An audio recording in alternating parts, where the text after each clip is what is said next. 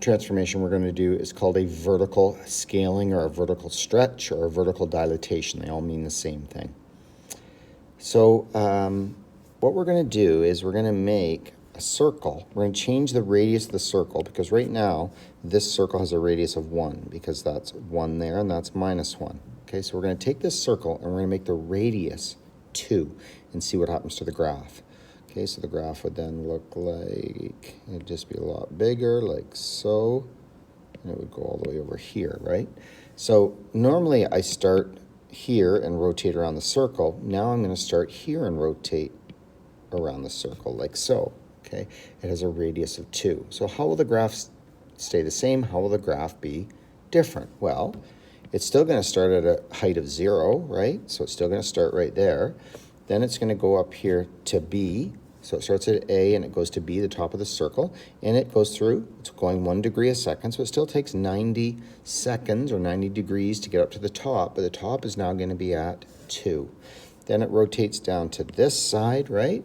And now it's going to be to the middle, and I'm going to call that C, so it goes back to here, C.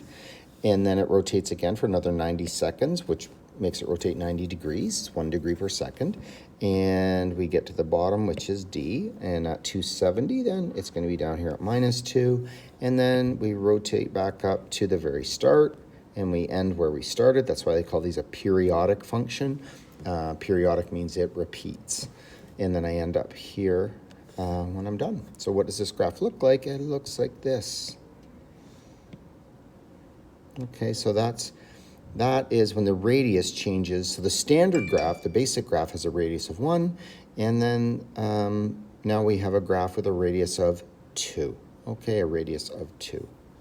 So it's going to be 2 sine x. Okay, and because sine x goes between -1 and 1, so 2 sine x, double of sine x, will go between 2 and -2. Okay. We also know that as A in the transformation. That's A. So let's look on this. So the effect on that. Was there any horizontal effect to the graph? Absolutely not. It didn't move side to side at all, or scale side to side. By the way, scaling is multiplying or dividing, right? Something scaled by a factor of 2, it's twice as tall. If it's scaled by a factor of a half, it's half as tall, etc. So the effect on the graph is only vertical. It's scaling by a factor of 2. It's not a translation. A translation is a shift where the graph doesn't change shape, but just moves. This feature, we have a special name, and it really is the radius, right? The radius became 2, but the radius is what we call the amplitude. And we put an absolute value bar on it because we only look at amplitude not being -2 or +2.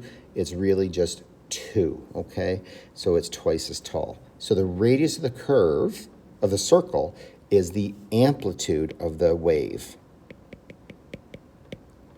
right? So this thing here is known as a wave, okay? And the standard sine wave only has what's called an amplitude from there to there of 1. It goes 1 above and 1 below. When you double it, when you make it twice as big, it goes from -2 down here all the way to +2 up here.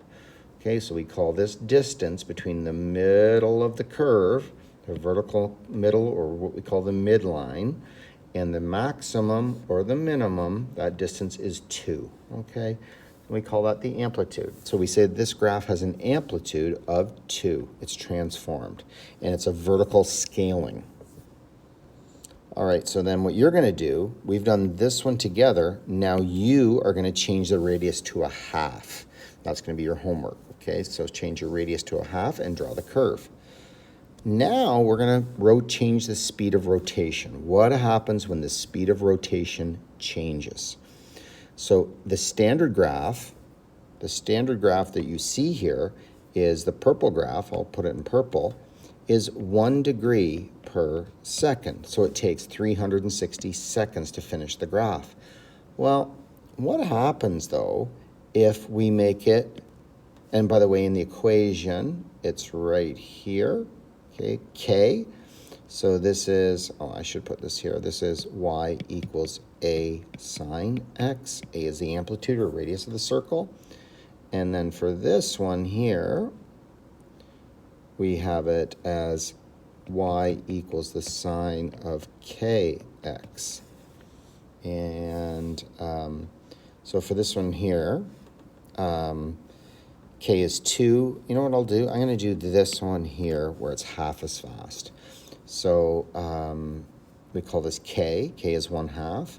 And so right here, again on the red curve here, it's rotating at a speed of 1 degree per second. So it finishes 1 revolution in 360 seconds. But what if it's going only half as fast, if it's slower?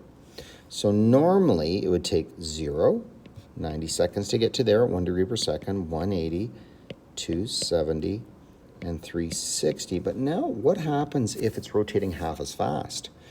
So it was going 1 degree per second before, 1, 1, 1, 1, 1.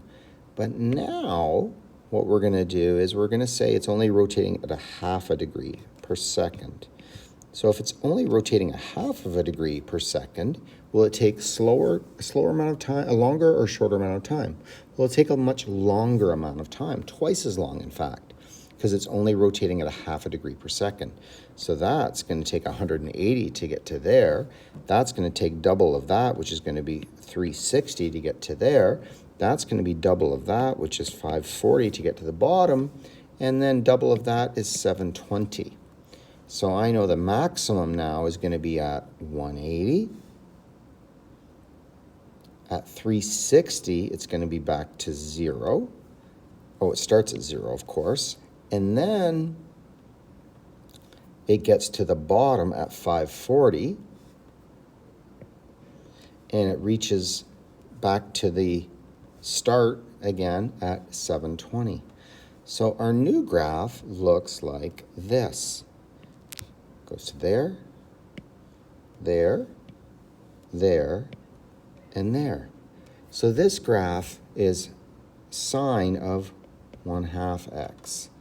Don't worry about this k times t is 2 pi. It's actually k times t is 360 degrees. And we're not going to worry so much about that. I'll explain that more later. So this is sine of 1/2 x.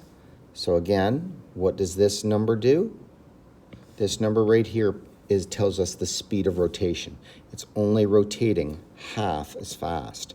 And if it rotates half as fast, it will take twice as long. So we think of this x-axis as being not angle, but time. Okay, but time. All right, so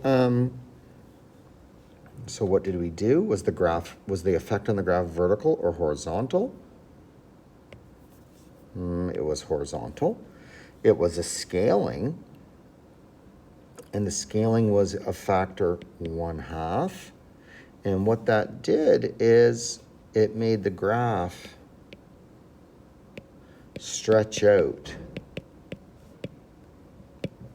horizontally because it's rotating slower. Okay, rotating slower. Okay, we're going to do one more. So then you're going to do this one. You already have the handouts. Okay, midline. We're going to vary the midline. Okay, so this one here, what we're going to do is we're going to take this one here, and the midline is this right here. That's the midline, okay?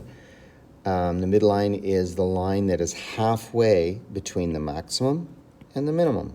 So that's at 1, that's at -1. The middle is right there.